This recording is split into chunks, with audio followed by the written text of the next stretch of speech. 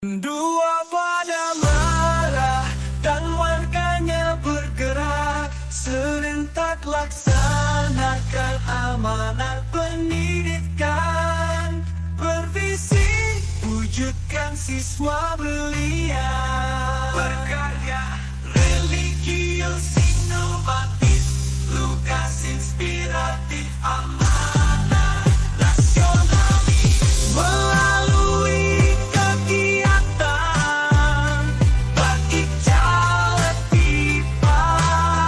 jambakan isi kurang tinggi ke lembar tiap pagi, jelita jalan kering pola lurah,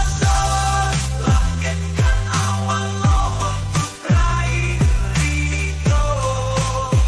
ilahi tupatus kan makan roh puncak semesta membaca pasu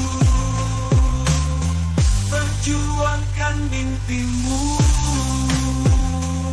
sebagai motonya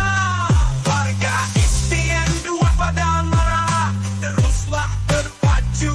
terjang arah melintang jawab tantangan waktu sekolah taman tempat belajar dan bersenam zona nyaman dan pembinaan rasa kasih sayang bimbing siswa dengan tekun sabar dan gembira jadi pegangan bebas bully apalagi kekerasan suatu